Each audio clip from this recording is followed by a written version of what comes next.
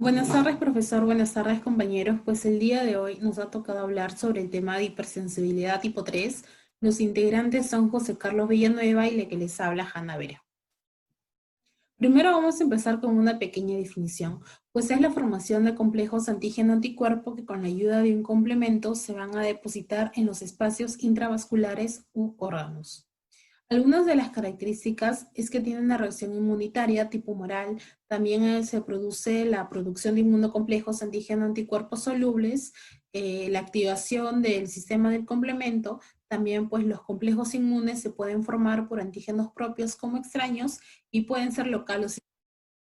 Tiene cuatro componentes, es el antígeno soluble, la inmunoglobina G o inmunoglobina M, el complemento y el PMN. En el PMN nosotros encontramos a los neutrófilos, eosinófilos y basófilos. El PMN es un tipo de glóbulo blanco. La hipersensibilidad tipo 3 va a tener tres fases. En la fase 1 se va a producir la formación de inmunocomplejos. Acá se va a formar una gran cantidad de complejos antígeno-anticuerpo en sangre que no van a ser completamente eliminados.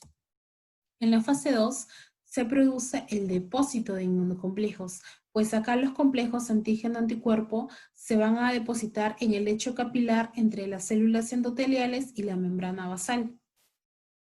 En la fase 3, pues se va a producir la inflamación y daños mediados por inmunocomplejos, pues acá los complejos antígeno-anticuerpo activan el sistema complementario por la vía clásica.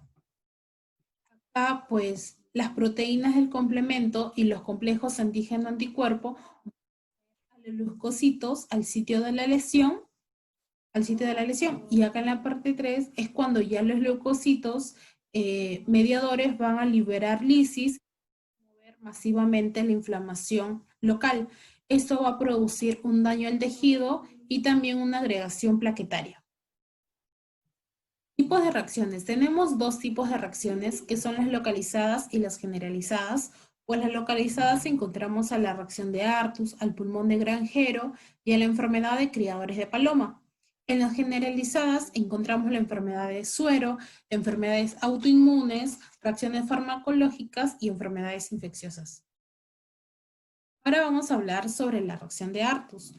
Pues acá se utiliza una inyección intradérmica o subcutánea de un antígeno animal que tiene concentraciones altas en anticuerpos circulantes específicos para ese antígeno.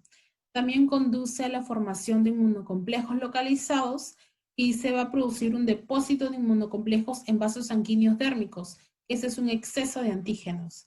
Y también hay una respuesta cutánea inflamatoria localizada, como podemos observar en la imagen. Ahora, tiene tres fases. En la fase 1 se van a mediar la granulación de mastocitos.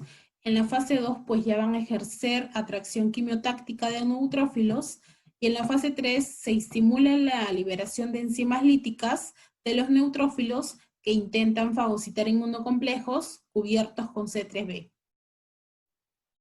También tenemos otros que es el pulmón de granjero, pues se produce por la inhalación de actinocetos provenientes del heno mohoso.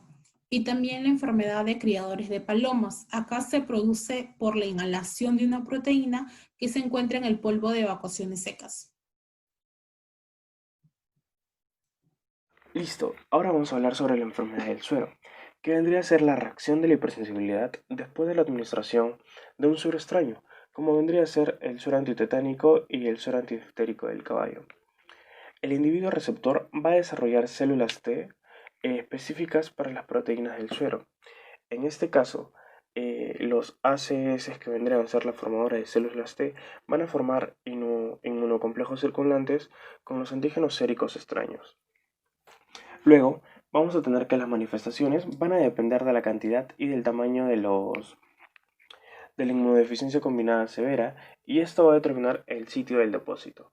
Vamos a contar con factores hemodinámicos como la presión hidrostática vascular constante y elevada, turbulencias sanguíneas y funciones de filtración endotelial, que luego se van a depositar en paredes de los vasos sanguíneos, en las membranas sinoviales y en la membrana basal glomerular.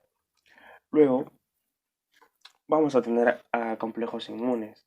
En este caso van a existir dos tipos de antígenos capaces de producir Daño por complejo inmune. Vamos a tener por un lado a los antígenos exógenos y por el otro a los antígenos endógenos. Bueno, en los antígenos exógenos vamos a contar con proteínas extrañas, productos bacterianos, virus, etc.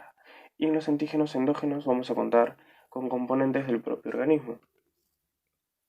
Ahora vamos a hablar de enfermedades asociadas con inmunocomplejos, en este caso antígenos exógenos. Eh, para ello, los antígenos exógenos van a contar con enfermedades infecciosas como vendría a ser, eh, en el caso de bacterias, los estreptococos, los estafilococo, la borreliosis, la sífilis y la leptospira. En el caso viral, vamos a contar con hepatitis B, hepatitis C, nefropatía por VIH y el dengue. En el caso de parasitarios, vamos a contar con trypanosoma, plasmodium y toxoplasma. Luego también los antígenos exógenos van a contar con enfermedades del suero, por inmunoterapia pasiva, que vendría a ser en el caso de tétano, mordedura de serpientes y difteria. También vamos a contar con hipersensibilidad a drogas, como vendría a ser antibióticos y antidepresivos. Luego vamos a contar con enfermedades asociadas a inmunocomplejos, en este caso los antígenos endógenos, y sus enfermedades autoinmunes, como vendría a ser el lupus eritematoso sistemático, que es una enfermedad inflamatoria ocasionada cuando el sistema inmune ataca sus propios tejidos. Luego vamos a tener a la dermatomiostosis, que vendría a ser también una enfermedad inflamatoria caracterizada por la debilidad muscular y sarpullido en la piel.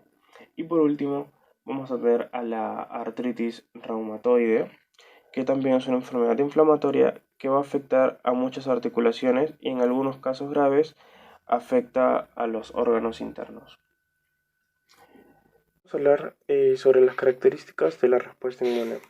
En este tipo de respuesta de hipersensibilidad, las inmunoglobulinas forman complejos inmunes junto con el antígeno y a diferencia del mecanismo anterior, estos complejos se encuentran en circulación.